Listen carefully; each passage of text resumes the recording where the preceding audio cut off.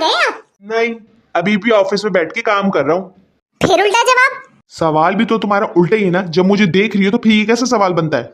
हर वक्त तपावा रहता है ये इंसान। कहाँ जा रही हो ये तो बताओ। खाना बन गया? जी खाना तो बन गया। बोले तो आपकी रोटी बना दूं? हाँ हाँ, बहुत भूख लग रही, बस मेरी रोटी बना दो जल्दी से।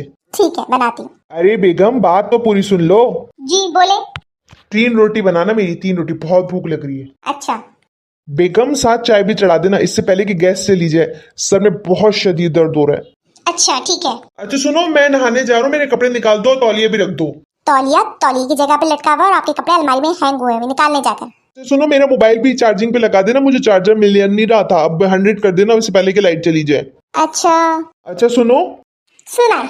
अब मैं बैठ गई हूँ, अब आप मुझे सुनाए। क्या क्या सुनाना है आपको? जाने मुझे दे नहीं रहे और काम पे काम दिए जा रहे। मैं ये कह रहा था कि मेरी वो ब्लैक वाली शर्ट है ना, वो कल के लिए इस्त्री कर देना, कल वो पहन के जाऊंगा। अब जाओ अपना काम करो। कुछ और बता दीजिएगा, मैं वो इस्त्री कर दूंगी। वो ब्लैक वाली शर्ट मैली है। नहीं भाई नहीं, कोई और नहीं पहनूंगा मैं वही शर्ट पहन के जाऊंगा। तुम उसको धो के इस्त्री कर देना, मैं सुबह वही पहन के जाऊंगा। दिमाग तो सही है आपका। अब मैं खासकर वो शर्ट धोऊं, सुखाऊं, इस्त्री करूं क्योंकि आपको सुबह पहन के जाना है। अलमारी में कपड़े नहीं है आपके कपड़े खत्म हो गए।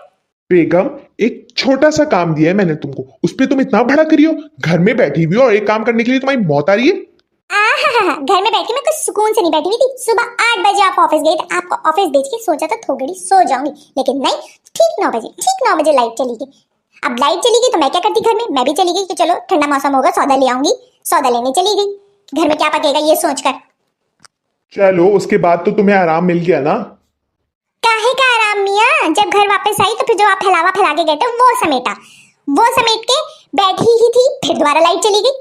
फिर सब्जी साफ करने लगी, फिर लाइट आई, फिर कपड़े धोने चली गई, फिर कपड़े धो के वापस आके सुकून से बैठी ही थी, फिर लाइट चली गई, तो सोचा क्या करूं, खाना पका लेती हूँ।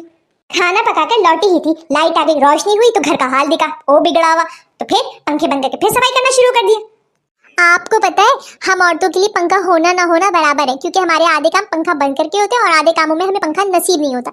इतना कोई पसीना आता है ना, इतनी कोई गर्मी लगती है कि खुद की बदबू भी बर्दाश्त नहीं होती।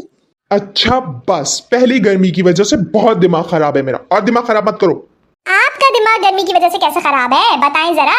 आपका यहाँ से ऑफिस का रास्ता है 25 मिनट। 25 मिनट जाना, 25 मिनट आना, यानी गर्मी में 50 मिनट टोटल। और आपके ऑफिस में अल्लाह का शुक्र एसी है, ना गर्मी लगती है ना लोड शेडिंग का मसला।